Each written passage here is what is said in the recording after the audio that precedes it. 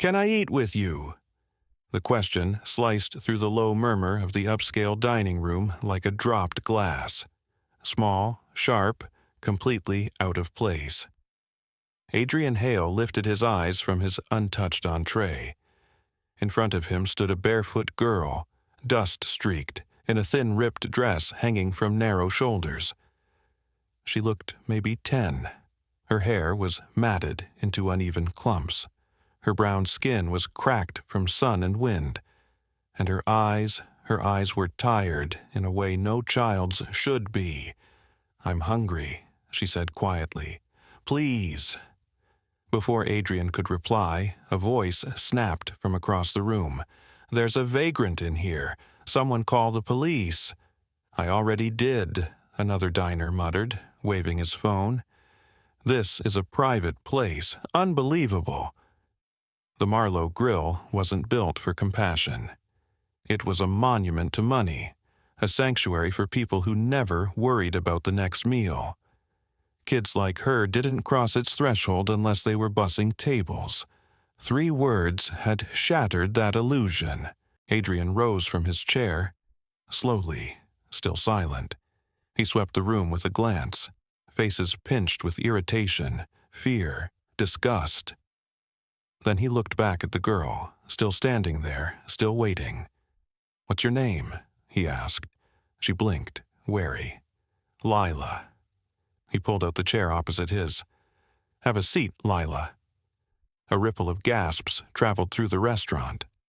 "You can't be serious," the maitre d' stammered, taking a step forward. "She's my guest," Adrian said evenly. Before Lila fully settled, the double doors at the entrance crashed open. 2 police officers strode in, scanning the room. The one in front pointed. "We got a call about a minor trespassing."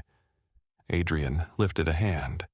"She's not trespassing. She's with me." The second officer frowned. "Is she your daughter, sir?" "No," Adrian answered, voice calm but firm. "But she's under my protection right now." One officer stepped closer. "If she isn't family, we're required to—" Adrian slipped a slim leather case from his jacket and opened it. "Hale, Adrian, I've donated to both your precincts these past 2 years. Give us a moment." The officers exchanged a long glance. After a tense beat, they stepped back. "We'll wait outside, sir." As soon as they turned away, a sharp, clicking sound came from a corner booth. A young guy in thick glasses lowered his phone, grinning. He typed quickly, "Reclusive tech billionaire dines with homeless girl at 5-star restaurant. Real kindness or staged stunt." Then hit post. The photo of Adrian towering beside a barefoot black girl in the Marlowe Grill exploded across social media in under 6 minutes. Back at the table, Lila gripped the edge of her napkin like it might break. She hadn't touched the bread. Adrian sat and softened his tone. "It's okay. You're safe here." She studied him. "You really don't want me to leave?" "I invited you, didn't I?" he said. Her shoulders eased slightly. Adrian leaned in. "Where are your parents, Lila?" Her gaze dropped to the plate. "Gone." The word landed like a stone. "There was a flood, a big one. My mom, she couldn't swim. My dad tried to hold me up above the water, but—" Her voice faded, swallowed by memory. If this story stirs something in you, pause for a second. Think about what it means to show kindness when everyone else looks away. Tell us how it hits you.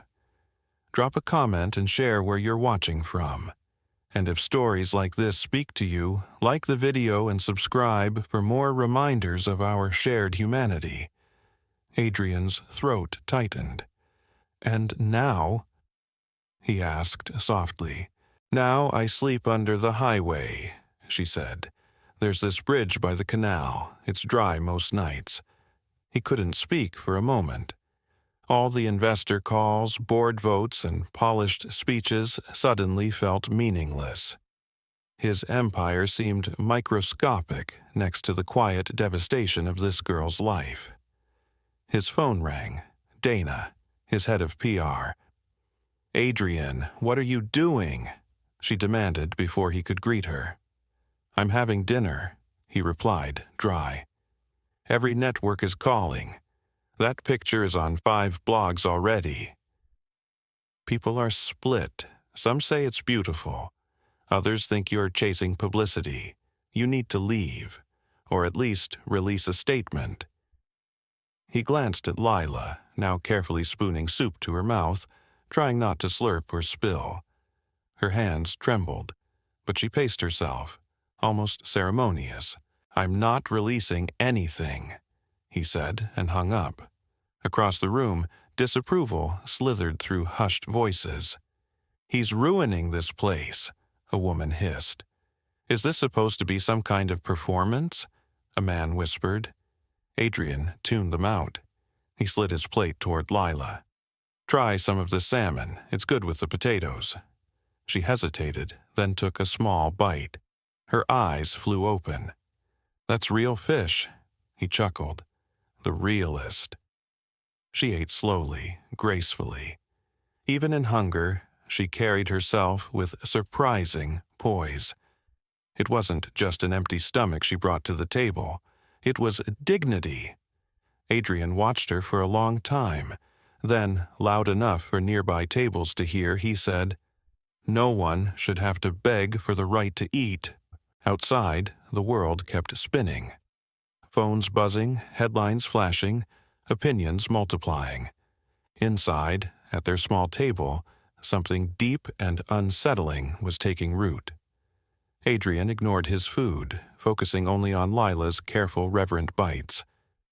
She continued eating slowly, savoring each flavor, eyes flicking between the plate and Adrian's face as if she still expected someone to yank her away.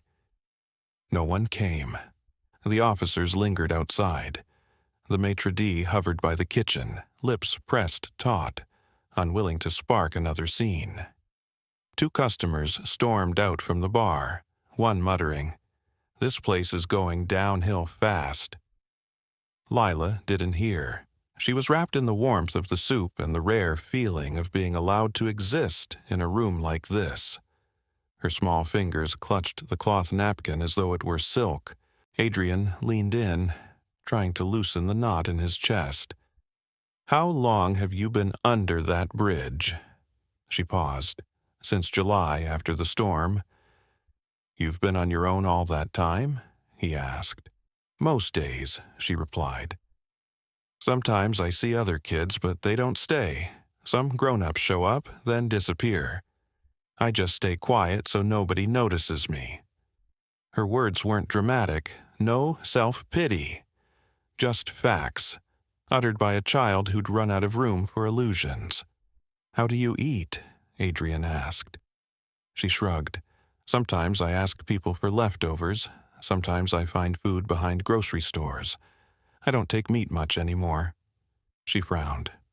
"Got sick once." Adrian's jaw tightened. He'd sat at tables with heads of state. He'd bargained for deals worth billions. None of that prepared him to hear survival described like a homework subject. The waitress returned with another bowl of soup, hovering as if unsure. Adrian nodded, motioning toward Lila. "For her."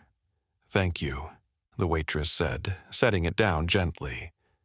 Then, almost under her breath, "My grandma grew up in a camp during the war. She'd have told me to thank you, sir." Adrian gave a faint smile. "I'm not the one you should thank." The waitress turned to Lila. "Enjoy, sweetheart." Then she slipped away. Lila glanced at Adrian. "Is it okay to have more?" "You can have as much as you want," he said. Her face lit up, so bright it knocked the breath from him. His phone buzzed again. He ignored it. It buzzed twice more. With a sigh, he checked the screen. Dana again. It's gone national, her text read. Cable news wants a statement. Morning shows are calling. Comment sections are a war zone. This could affect your upcoming board vote. Another ping. Trending hashtag. Lila and the Billionaire, you need to respond. Adrian stared at the messages, then set the phone face down. You're famous now, he told Lila with a small smirk. She tilted her head. Is that good or bad? Depends who's talking, he said. She picked at a roll. Are you in trouble? Her voice was tiny. Maybe a little, he admitted. Lila's brow creased. Because of me?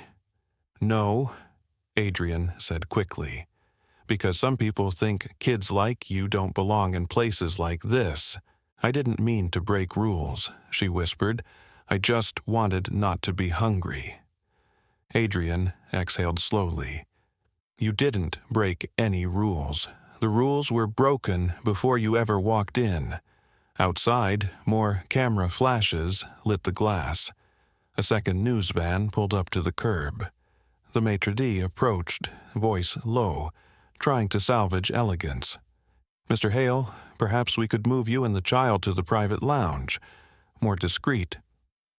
Adrian stood, pushing back his chair. No. The maitre d' faltered. Sir, some guests are uncomfortable. They'll live, Adrian replied. Lila rose too, clutching the napkin like a prize. Are we leaving? She asked. No, Adrian said, sweeping the room. We're staying right here to finish dinner. He turned to the maitre d'. And bring her dessert, the good one. The chocolate torte, sir? No, Adrian said. The cheesecake. Yes, sir. When they sat again, Lila leaned forward. You don't have to do all this. I just wanted food. Adrian nodded. I know. But you're getting more than that. Like what? She asked. He hesitated. We'll see.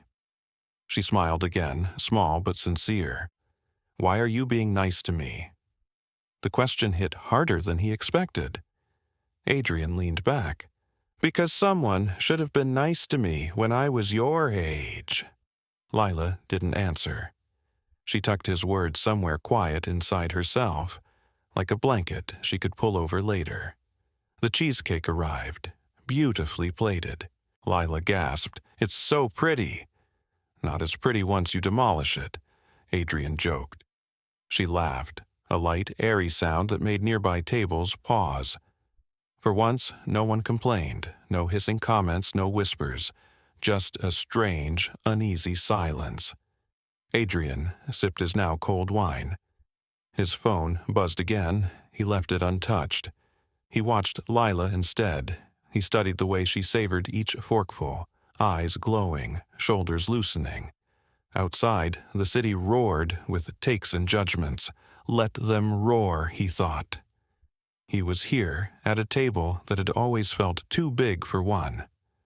With this small girl across from him, it finally felt like the right size. When they left, he didn't rush. Adrian walked beside Lila out of the restaurant, her fingers sticky with cheesecake, napkin clutched like a charm. The evening air had turned chilly. San Francisco's mist rolled in, damp and sharp. Paparazzi flashes erupted instantly. Reporters shouted over one another. Mr. Hale, was this staged? Is she truly homeless or part of your next foundation campaign? Are you adopting her? Adrian didn't stop. He curved his arm around Lila, shielding her from the chaos, steering her toward his car. His driver, Marcus, stepped out, opening the rear door smoothly. No questions asked. Lila climbed in, eyes darting around the leather interior, inhaling the mix of pine and polish. Adrian slid in after her and shut the door firmly.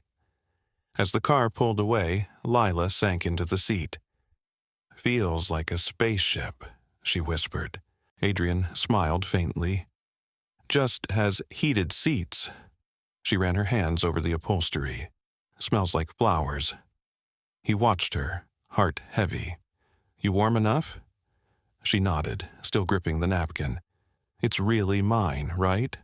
"Of course," he said. "It's yours." They rode in silence for a few blocks. Lila pressed her forehead to the glass, watching the city smear into lights. "Where are we going?" she asked quietly. "To my place," Adrian answered. Lila tensed.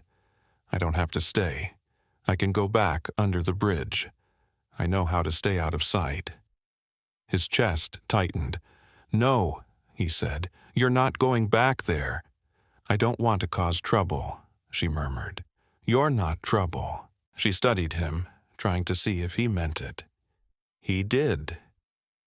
20 minutes later, the car pulled into the entrance of Adrian's building, a glass tower overlooking the bay.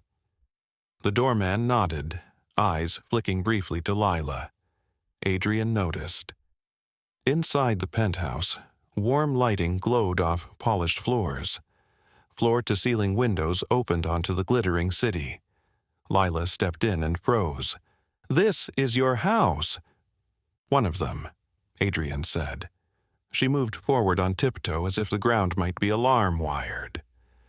"You can wash up," he said gently. "Guest bathroom's down there. Take your time." She disappeared down the hallway.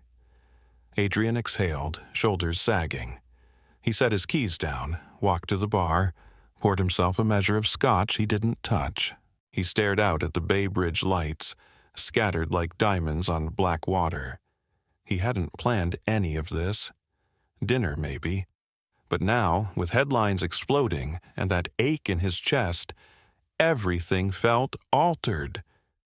His phone buzzed again. He answered. "Dana, I know you're furious," she said instantly, "but we're in full-blown damage control. The photos on major outlets, hashtags are blowing up. Some investors think you've lost it." Adrian watched the bridge. "Am I?" he asked quietly. "If you're genuinely helping her, say that. Let me craft something. You don't have to lie, just spin it." "I'm not spinning a child," he said. "I'm not turning her into a narrative." "I'm trying to protect your image," Dana insisted. He spoke softly. "If people care more about optics than the fact that a 10-year-old is sleeping under concrete, maybe I've been working with the wrong people." Dana sighed. "I'll tell the board you're unavailable for comment." "Thanks," he replied, ending the call. Lila emerged wearing one of his oversized T-shirts, hem nearly to her knees. Her hair was damp, darker, framing her face. She looked even smaller against the vastness of the room. "Your bathroom's big enough to live in," she said. Adrian chuckled. "You hungry again?" She shook her head. "Just tired." He showed her the guest room. Plush carpet, soft bed, a shelf of books. Lila lingered in the doorway. "You don't have to stay if you're scared," he said gently. "I'm not scared," she answered, then added, "just not used to doors." He left the door ajar. "If you need anything, I'm down the hall." She climbed into bed slowly, like it might vanish. Under the covers, she asked, "Do you always eat alone?" "Lately, yeah," he said. She nodded. "Me too." He stood there a moment longer. "Good night, Lila." "Night, Mr. Adrian." He returned to the living room and sank onto the couch. Outside, the city pulsed on, oblivious to the quiet revolution in his heart. For the first time in a long while, he didn't feel entirely alone. Adrian woke before sunrise. For a moment he lay still, wondering if last night had been a strange dream. The penthouse felt different in the early silence, not empty but expectant, like the walls were listening. He padded barefoot to the kitchen, started the coffee machine, and glanced down the hall toward the guest room's cracked door. He walked over softly. Inside, Lila was curled under the blanket, only her face visible. Her breathing was steady, peaceful. On the nightstand, she'd folded the restaurant napkin carefully beside a glass of water. Adrian smiled, a small, aching smile. As he turned to leave, he bumped a table. A book clattered to the floor. Lila stirred, bolting upright. "I'm sorry," she blurted. "I didn't mean to." "Hey," Adrian said softly. "You're fine. You're safe." She blinked, still thick with sleep. "I thought maybe it was a dream." "It wasn't," he said. She rubbed her eyes. "Do you have food here?" He laughed quietly. "I've got a little." 15 minutes later, she sat at the kitchen island. Her legs dangled from the tall stool while Adrian scrambled eggs, toasted bread, and sliced strawberries into a white bowl. She ate in grateful silence, as though talking might disturb the fragile peace. Reaching for another piece of toast, she looked up. "Is it okay if I stay a little longer?" Adrian hesitated only a heartbeat. "You can stay as long as you need." She gave him a full, unguarded smile. Then her expression shifted. Her gaze drifted past him to the muted television on the wall. On screen, a split-screen image showed Adrian escorting Lila from the Marlowe grill beside a commentator's animated face. Adrian turned up the sound just in time to hear, "Kindness or calculated move? Is this philanthropy or branding?" He muted it again. "Am I bad news for you?" Lila asked, voice small. "No," he said. "The news is just bad at understanding what matters." His phone buzzed. He almost ignored it, then froze at the caller ID. Elena Morales. Years ago, they'd met at a youth shelter where she ran the kitchen with unwavering backbone and endless patience. He answered. "Elena? I saw the coverage," she said, voice firm. "Figured you might be in over your head."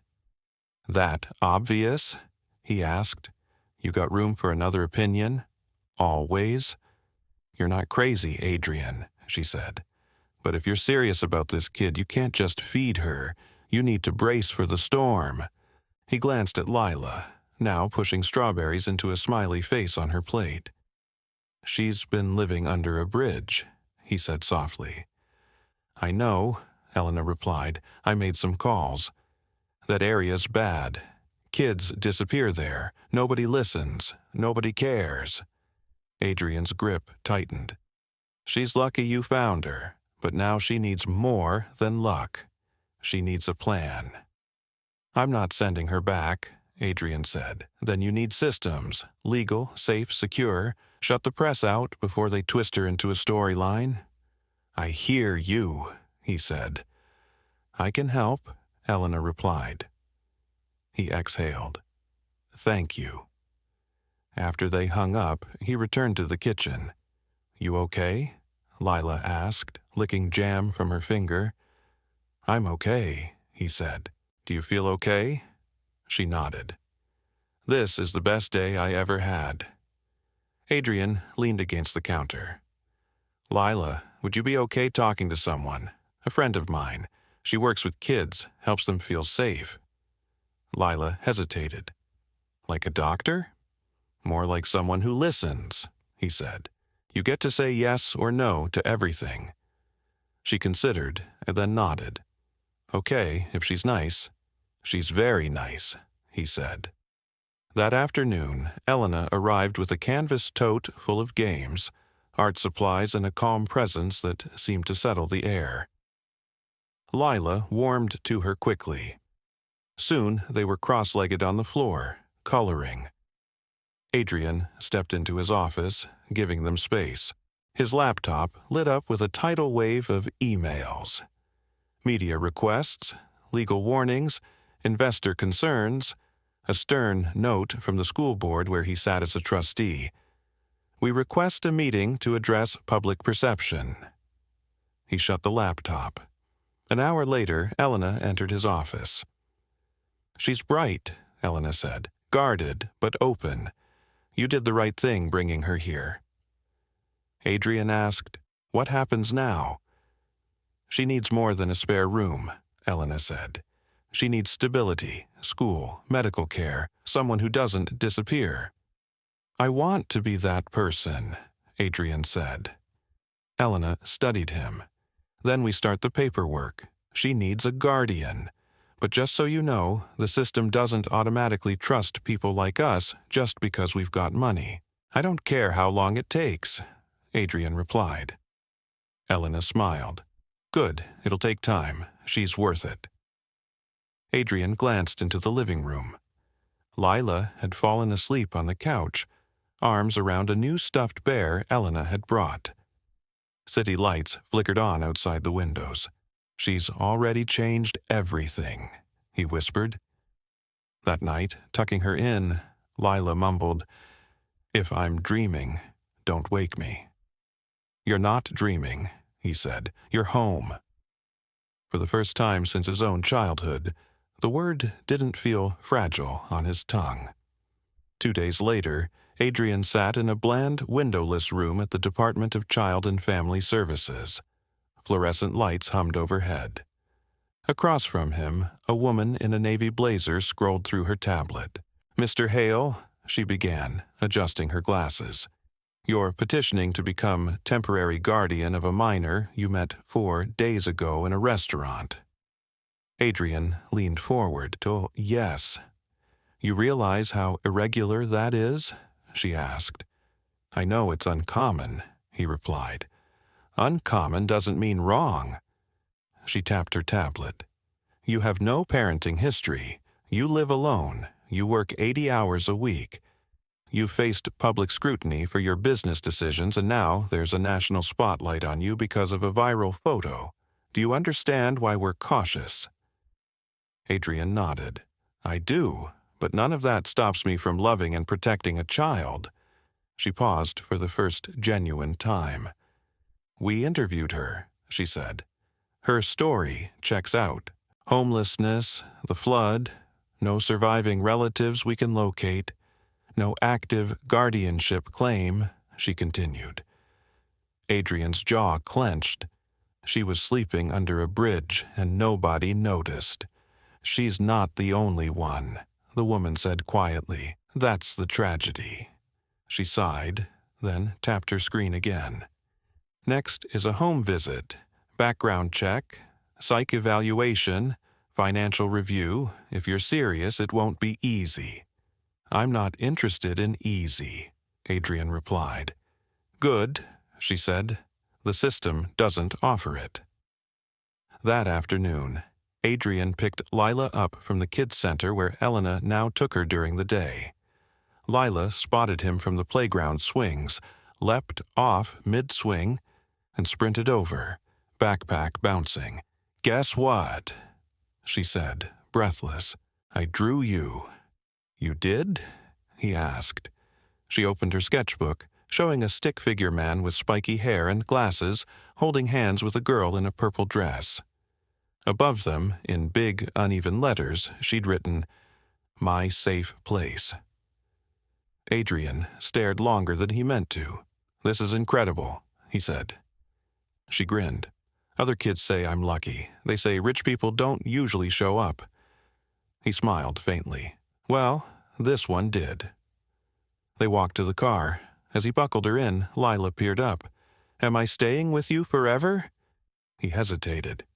I hope so, he said honestly. But there's a process. Grown-ups have to make sure everything's official and safe. Is that bad? She asked. Not bad, he said. Just slow. She looked out the window as they pulled away. Slow's okay, she said. I waited through 100 cold nights. I can wait a few more. The days that followed were a strange blend of routine and chaos. Inside the penthouse, Lila settled in like the space had always been hers, staking out corners, learning to make cocoa, naming the plants. Outside, the media storm grew louder.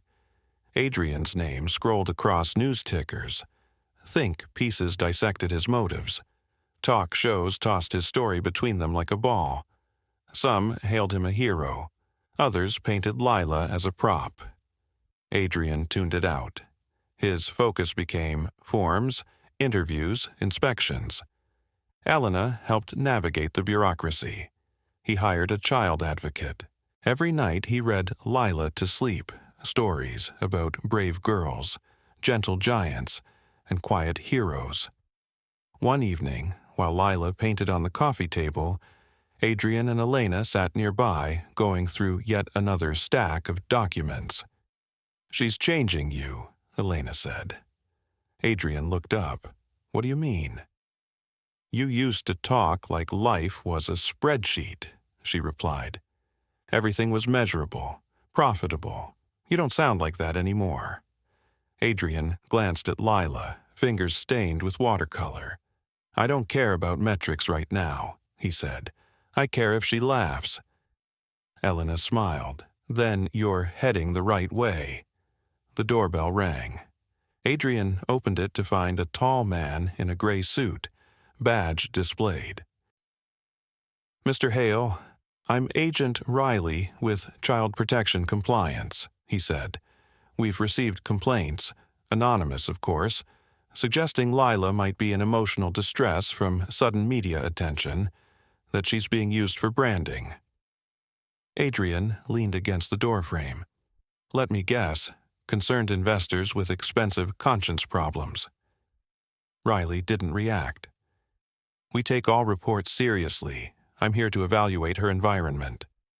Adrian gestured inside. "Be my guest." Riley moved through the apartment, noting art supplies, children's books, a small desk tucked into a corner. In Lila's room, he paused at a fresh drawing on the wall. Adrian, Lila, and Elena under a roof with a giant sun overhead.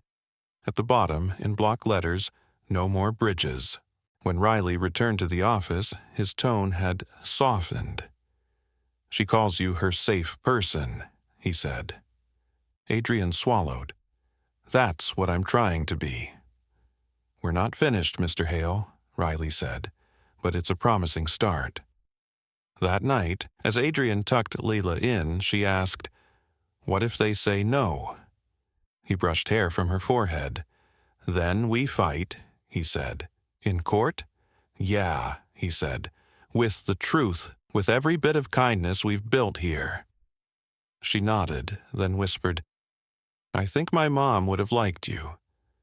Adrian froze. "You think so?" "She always said kind people shine," Lila murmured. "You shine even when you don't smile." Her small hand curled around his fingers as she drifted off. Adrian stayed until her breathing settled. For the first time in years, what he felt wasn't power or control. It was something gentler, riskier, faith. He hadn't stepped into his company's boardroom in weeks. Hale Dynamics had been running under interim leadership. But today, the board insisted he appear.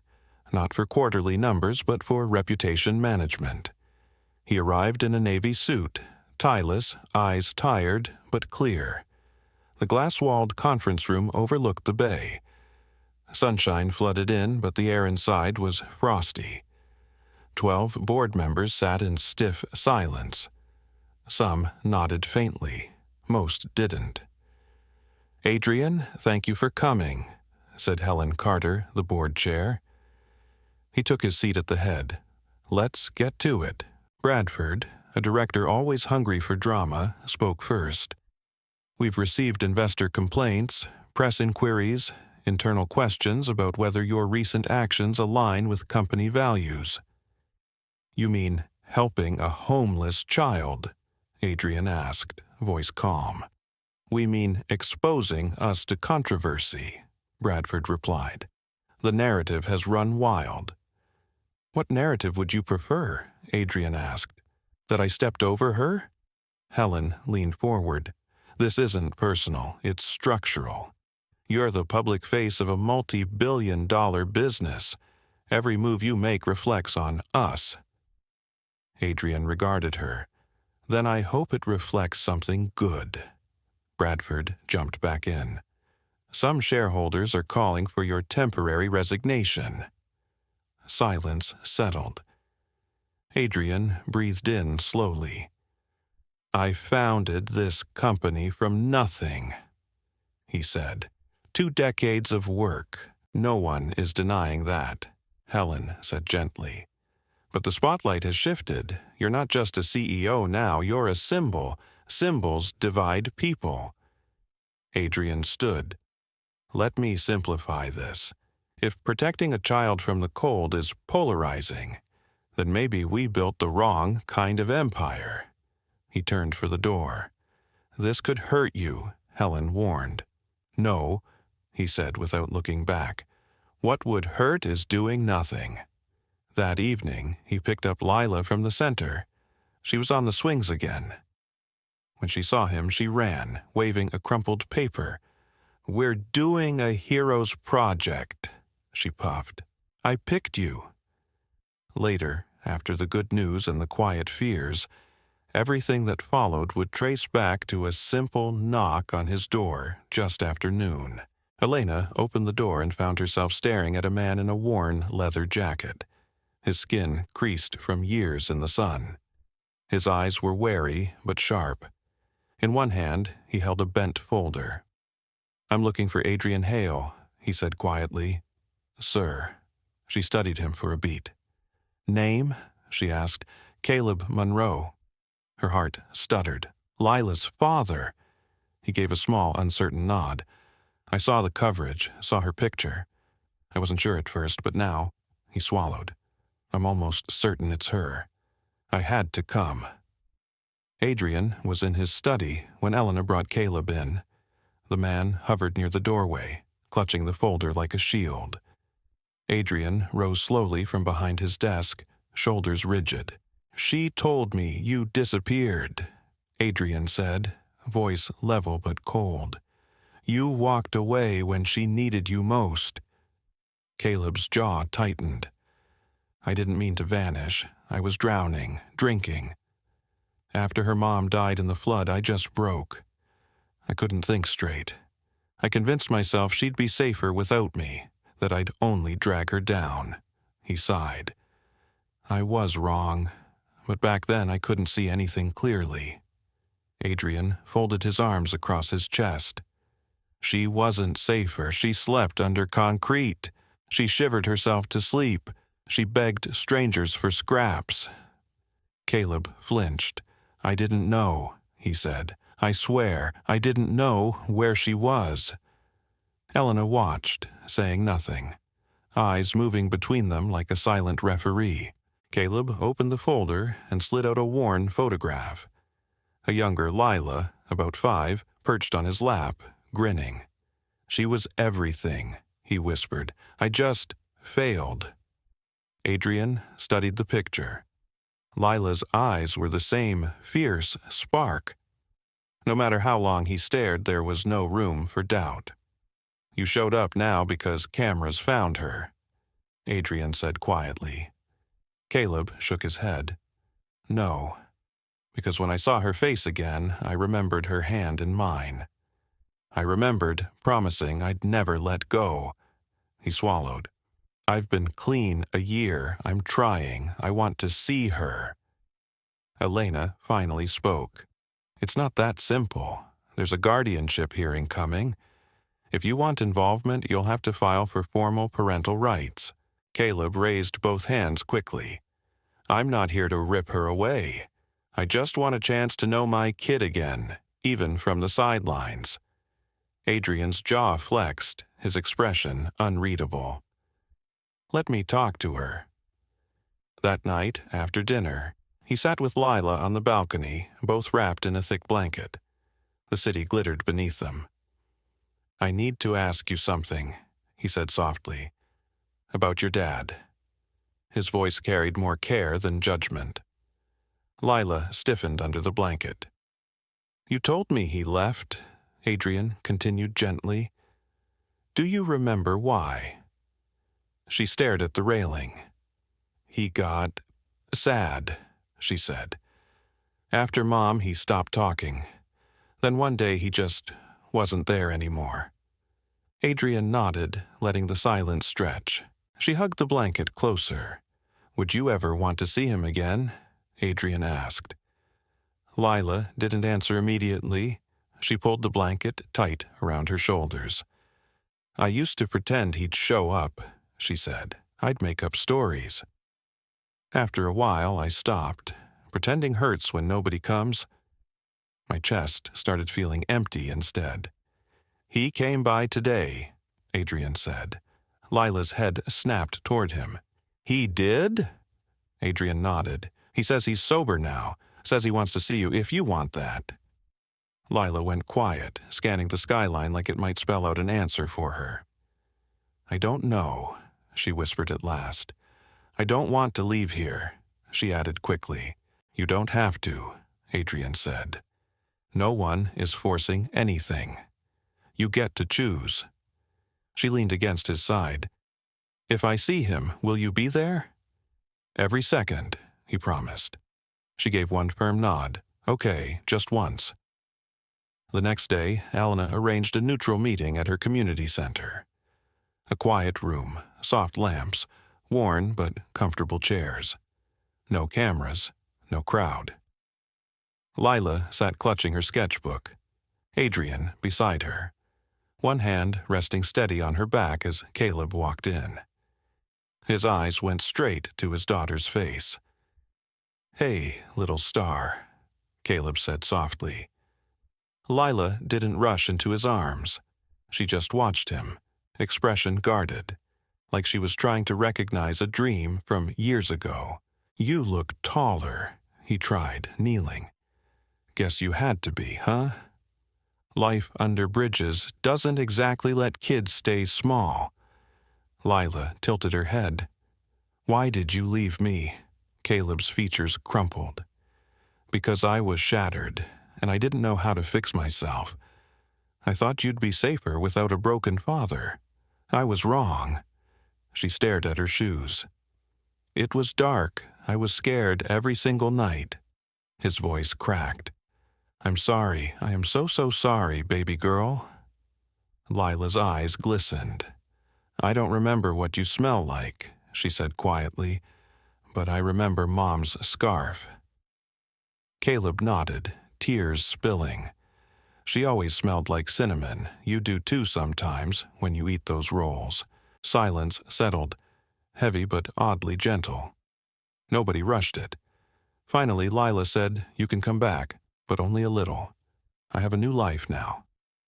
Caleb wiped his face. A little is more than I deserve. Later, in the car, Lila gripped Adrian's hand like an anchor. Are you mad? She asked. If I talk to him sometimes? Adrian shook his head. Not even a little. You can talk to whoever you want. What won't change is this. He squeezed her hand. I'm not going anywhere. She breathed out, worn but steadier. You still want to be my forever dad? He smiled, something fierce and gentle mixing in his eyes. More than ever. As the city lights slid by outside the window, Adrian understood the road ahead wouldn't be simple. There would be hearings, lawyers, hard questions, old ghosts. But Lila's hand in his made it all feel possible, even necessary. The courthouse smelled like dust and disinfectant. Pale morning light streamed through tall windows, casting stretched shadows across the shiny floor. Adrian sat beside Lila in the waiting area, charcoal suit pressed, expression set. Lila wore a simple blue dress and cardigan, sketchbook clutched like armor in her small hands. Elena stood nearby, clipboard tucked against her chest, glancing now and then toward the hallway where heavy wooden doors waited. Judge Harrington is strict but fair, she murmured. He doesn't care about trending topics. He cares about stability. Adrian nodded, eyes never leaving Lila. She's stronger than she realizes, he said quietly. A bailiff stepped into the waiting area. Hale and Monroe, Family Court, Room 3C. Lila looked up quickly. Do I have to talk? She whispered. Adrian dropped to one knee. Only if you want to. I'll be right there the whole time." She nodded once, small but determined, and stood. Inside, the courtroom felt strangely hushed, thick with expectation. Judge Harrington, a gray-haired man with sharp eyes and a weary face, sat behind a crowded bench. To his right, a clerk typed steadily. To his left, a guardian ad litem, Morgan Tate, held a thick file, quietly observing everyone. Caleb Monroe sat across from Adrian, hands folded, shoulders slightly hunched. Beside him, his attorney murmured something, earning only a distracted nod. Caleb's attention stayed locked on Lila. Judge Harrington cleared his throat. "We're here regarding Mr. Adrian Hale's petition for temporary legal guardianship of minor Lila Monroe," he began. "Also present is Mr. Caleb Monroe, the child's biological father, requesting recognition of parental rights," the judge continued. "This is a hearing, not a full trial. Our focus is one thing only: the welfare of this child." The room seemed to hold its breath. Adrian's attorney rose, laying out the timeline. He described the night at the Marlowe Grill, the bridge, the medical reports, the evaluations. He detailed Adrian's home, his schedule changes, the safeguards built around her. Letters from teachers, neighbors, and therapists were submitted. Elena testified. "He didn't just give her a roof," she said. "He gave her room to grow." Then Morgan Tate took the stand. "I've visited Mr. Hale's residence twice," she said. "The environment is stable, nurturing. Lila shows increased emotional security. She consistently refers to Mr. Hale as her safe person. Her artwork places him at the center of her world." Judge Harrington turned to Caleb. "Mr. Monroe, you say you're rehabilitated," the judge said. "Why step forward now?" Caleb stood. "Because I failed her once, and I promised myself I'd never fail her again. I don't want to yank her from a good home. I just want to be present, even from the edges." The courtroom stayed very still. The judge nodded, then looked toward Lila. "Miss Monroe, would you like to say anything?" he asked. Adrian caught her eye, giving the smallest encouraging nod. Lila walked forward, sketchbook held tight. She climbed into the witness chair, feet dangling above the floor. "My name is Lila," she began, voice quiet but clear. "I used to sleep under a bridge. It was loud and freezing. I never knew when I'd eat. Then I met Mr. Adrian. He gave me dinner, then a bed, then hugs. He listens when I wake up shaking. I still miss my mom," she continued. "I don't remember everything about her, but I remember she loved me. I still love my dad, even though he left. But Mr. Adrian stayed. He reads to me. He tells me I matter. He told me I could stay." She flipped open her sketchbook and held up a drawing. A house with 2 doors, one labeled Dad, the other Home. She pointed to the second. "I want to stay home," she said simply. Not a whisper stirred. Even Caleb's head bowed, eyes shining with something like acceptance. Judge Harrington tapped his pen, gaze moving between the 2 men.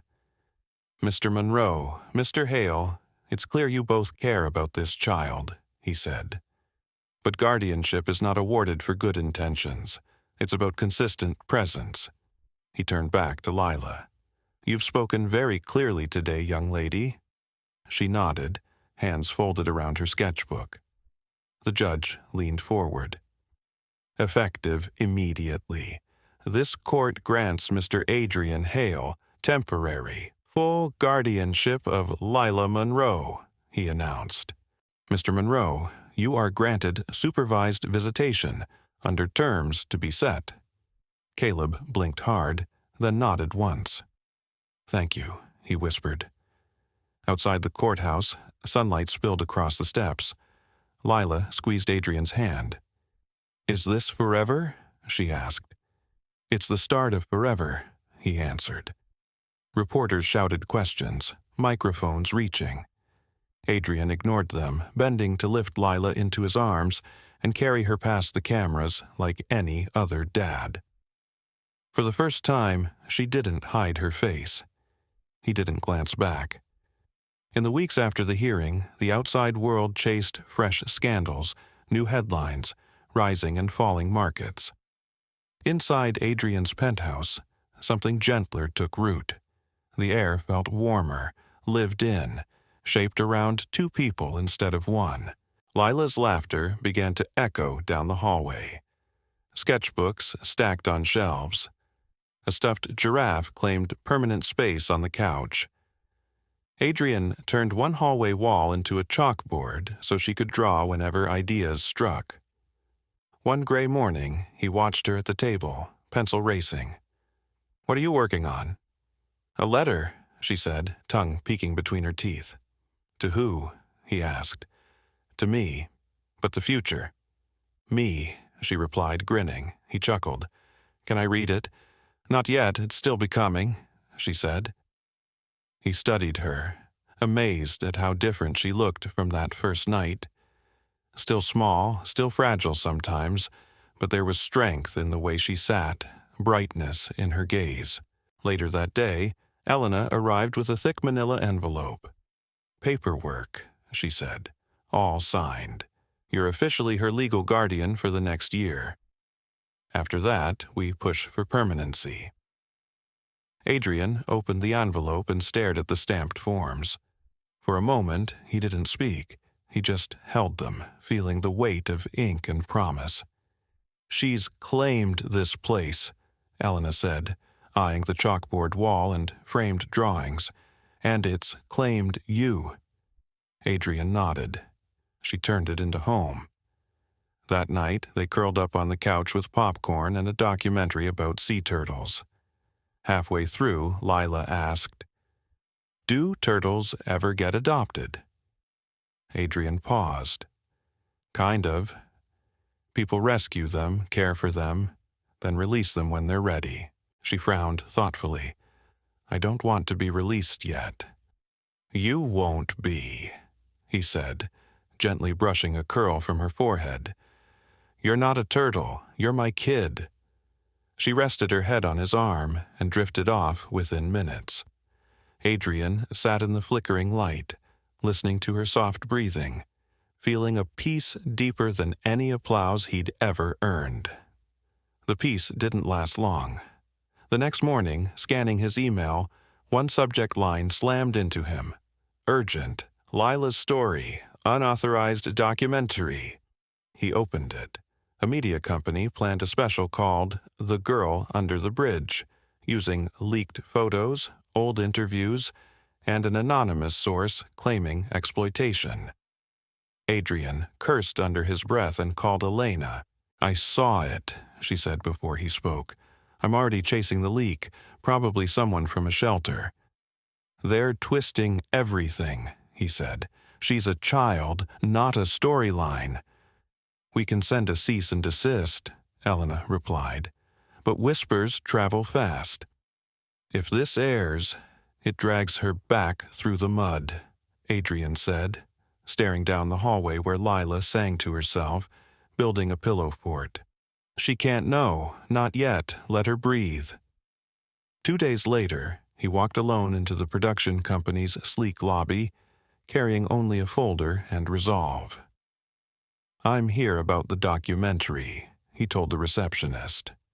After tense waiting, they ushered him into a glass conference room where 2 executives and a lawyer sat. "We're within our rights to tell a public interest story," one exec said smoothly. "People were moved by that child." They watched her on their screens. "That child," Adrian said, voice low, "is 10. She's endured loss, homelessness, fear. She is not your content." "It's a powerful narrative," another executive argued. "She's a person," Adrian snapped, "not a plot twist." He slid his legal folder across the glass. "You air this, we sue." "Defamation, exploitation, emotional harm," he continued. You'll destroy whatever credibility you have chasing this spectacle." Silence followed. The lawyer finally cleared his throat. "We'll review our position," he said carefully. Adrian stood. "You have 24 hours, he replied, then walked out. He didn't wait for a polite escort to the elevator. That evening, as he stepped through his door, Lila ran up, waving a fresh drawing. "This one's us on the moon," she said proudly, "because even if everything broke, we'd still find each other." He took the page, throat burning. "You're right," he said. She squinted. "Did something bad happen?" "No," he said, kneeling to meet her eyes. "But someone tried to tell your story without asking you. I stopped them." Her face clouded. "Why would they do that?" "Because some people see headlines, not humans," he answered. "They look for attention, not truth. But your story is yours." "Can I write my story someday?" she asked. "You already are," he said. She nodded and leaned into him, and Adrian realized protecting Lila wasn't about building a bubble. It was about helping her own every chapter, her past, her scars, her future, and making sure no one overwrote her again. Spring crept into the city, coloring its gray corners one blossom at a time. Adrian saw it mirrored in Lila, her laughter freer, her sleep less broken, her questions sharper over breakfast. Her art covered the apartment, pinned to the fridge, stuffed in books, labeled with titles like Things I Dreamed.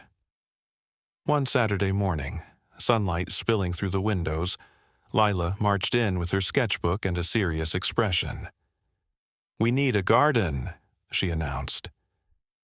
Adrian blinked over his coffee. "A garden?" "On the roof," she clarified. "There's all this empty space and no flowers. Flowers prove somebody cares about a place."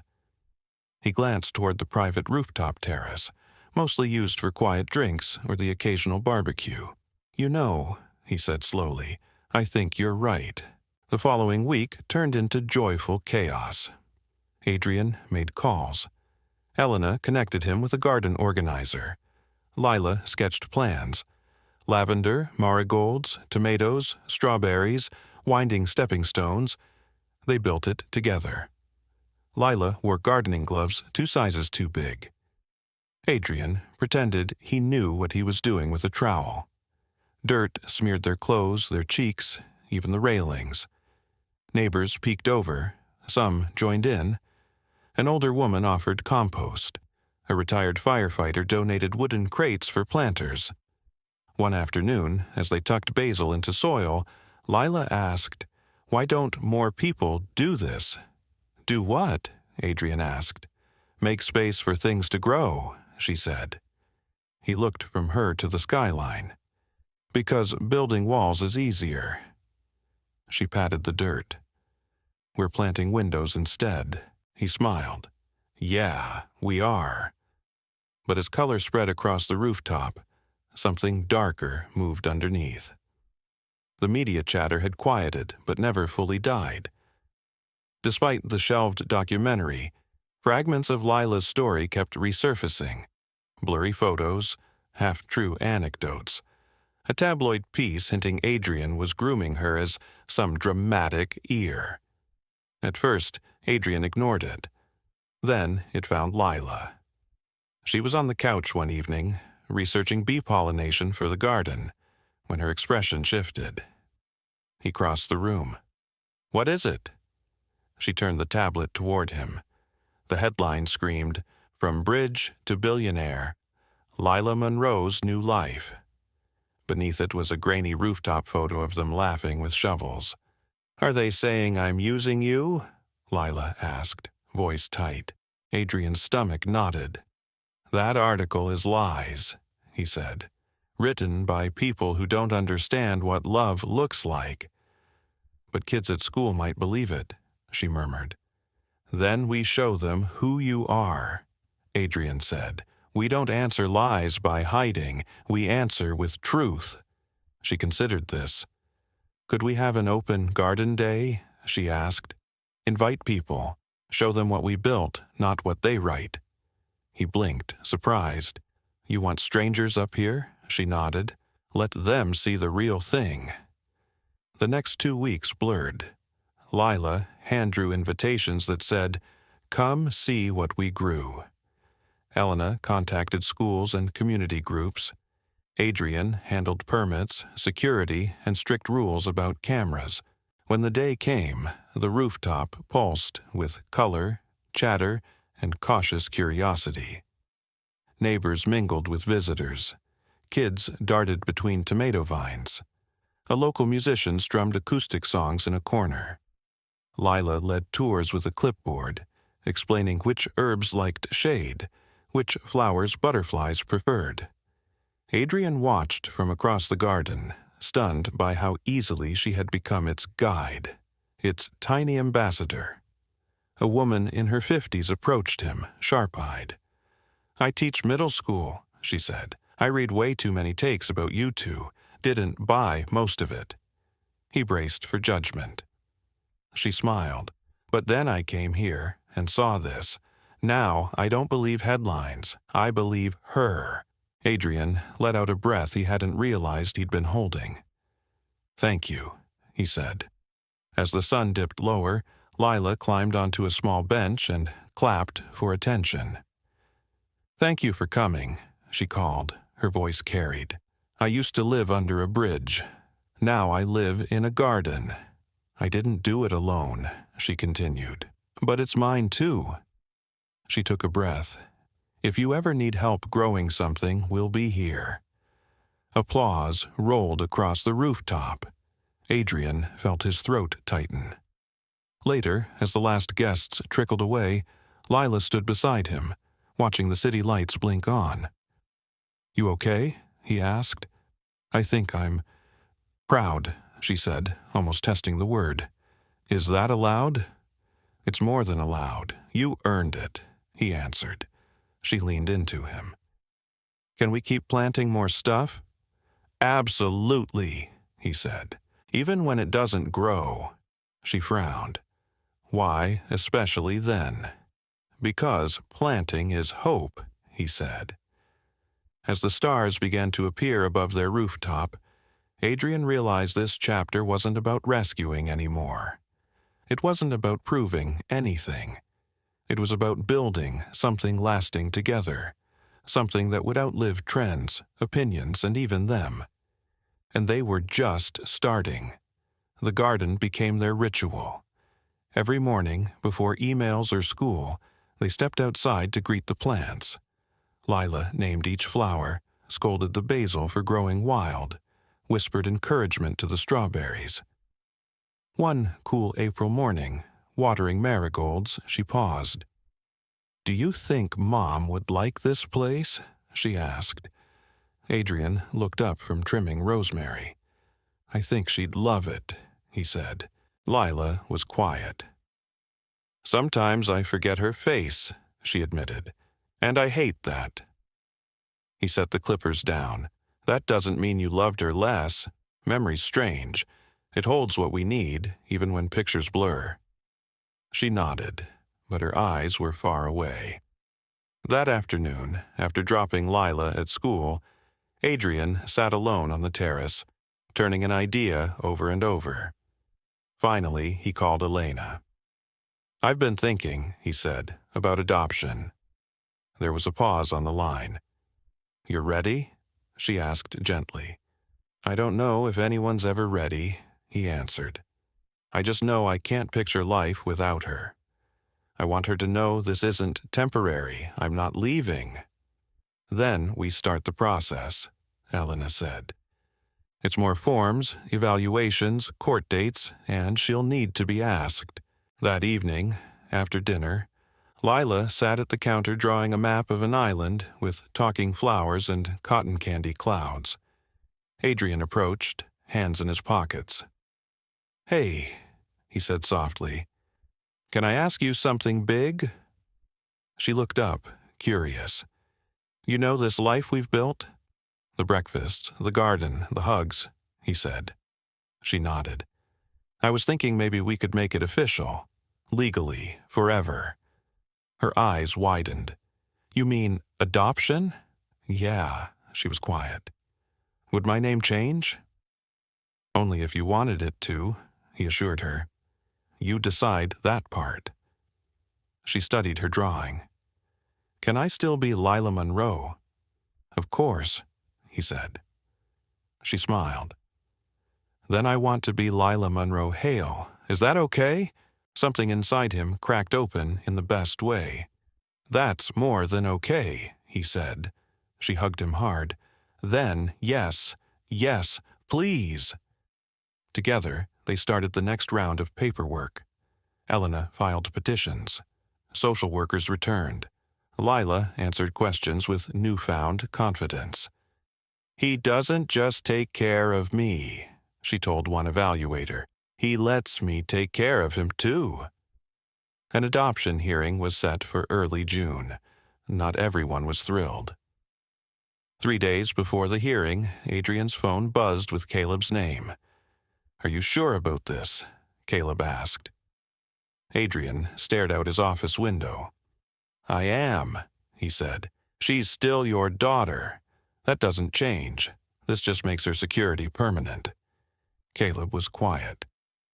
Then I want to be there. That night, Adrian asked Lila. I think it's okay if he comes, she said slowly. He's part of my story, just not the whole story now. The hearing day felt bright. The courtroom was smaller, lighter, almost cheerful. The judge, a woman in her 60s, smiled kindly from the bench. Lila wore her favorite yellow dress. Adrian even put on a tie. Elena sat behind them, tissues ready. The judge addressed Lila. Do you know why you're here today? Lila nodded. It's the day I tell everyone where I belong.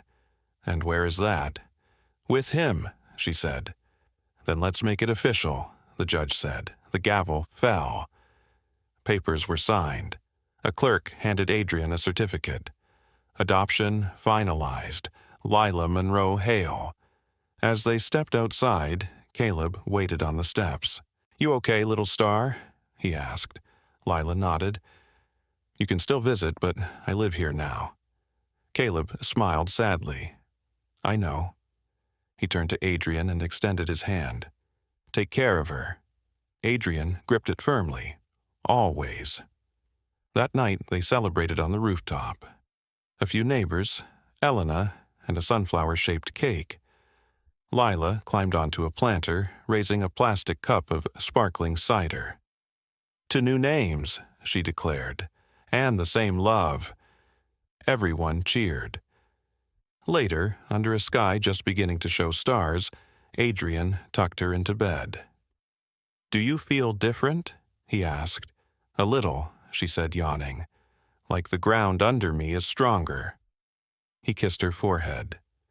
That's because it is. As she drifted off, he sat beside her, the adoption certificate on his lap. It wasn't just paperwork, it was a vow, one he intended to keep for the rest of his life. Summer rolled in. The garden thickened with color. Bees hovered lazily. Strawberries reddened along the planters. In the quiet moments, watering plants, reading bedtime stories, walking hand in hand, Adrian understood what their journey truly meant. Healing hadn't arrived in grand gestures. It had grown slowly, like their garden, through presence and patience. Lila had found not just shelter but belonging, and together they'd promised no child would stay unseen, kindness that costs you something. If you are in your late 60s or beyond, you have seen every kind of charity. Church suppers, coat drives, jars on the counter at the diner. But what Adrian did that night at the Marlowe Grill went a step further. He stood up in a room full of people who looked like they belonged on magazine covers, pulled out a chair for a barefoot girl in a torn dress, and said, "Have a seat, Lila." Many of you remember when certain restaurants and neighborhoods carried quiet rules about who was welcome. Maybe you felt those rules press against you, or watched them push someone else aside. Adrian's choice shows us that real kindness usually comes with a cost. A frown from the maitre d', a lost contact, a reputation some folks will never fully understand. Yet, in that tense moment, while phones flashed and whispers hissed across the room, a hungry child tasted warm soup and real fish instead of cold scraps. For those of us who have lived through wars, recessions, and culture battles on the evening news, the lesson is simple and sharp. The bravest kindness is the kind that risks our comfort to protect someone else's dignity.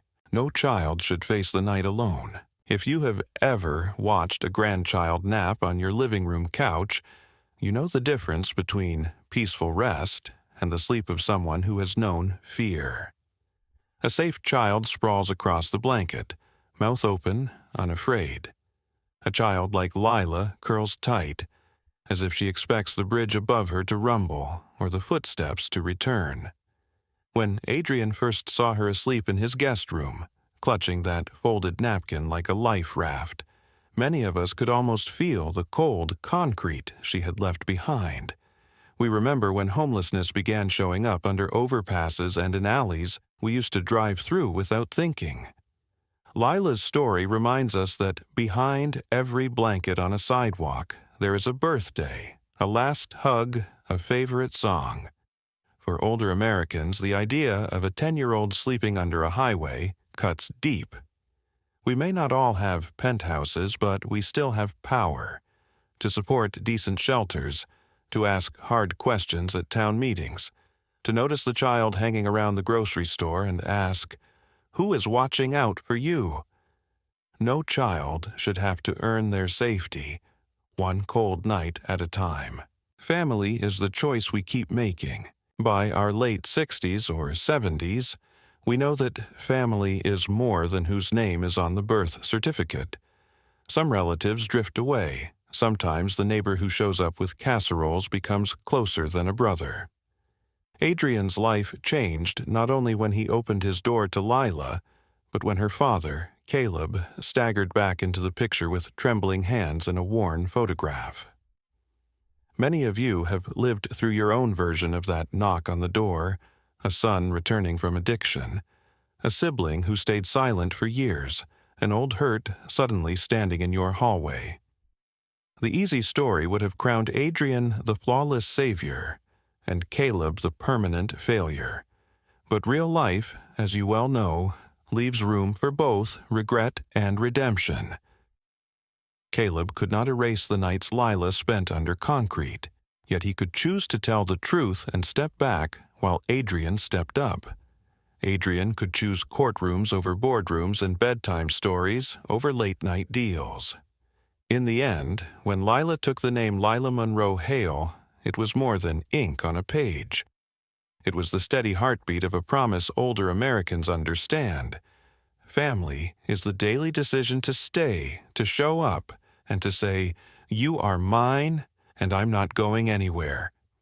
Friends, after walking with Adrian and Lila from that fancy restaurant to the rooftop garden and the adoption hearing, I'd love to hear from you. What part of their journey spoke most deeply to your own life?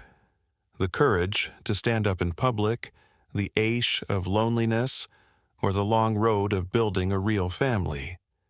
Have you ever taken in, mentored, or quietly protected a child who wasn't officially yours? Share your story in the comments, tap the like button, and subscribe to my YouTube channel so we can keep learning, healing, and growing together. One true story at a time.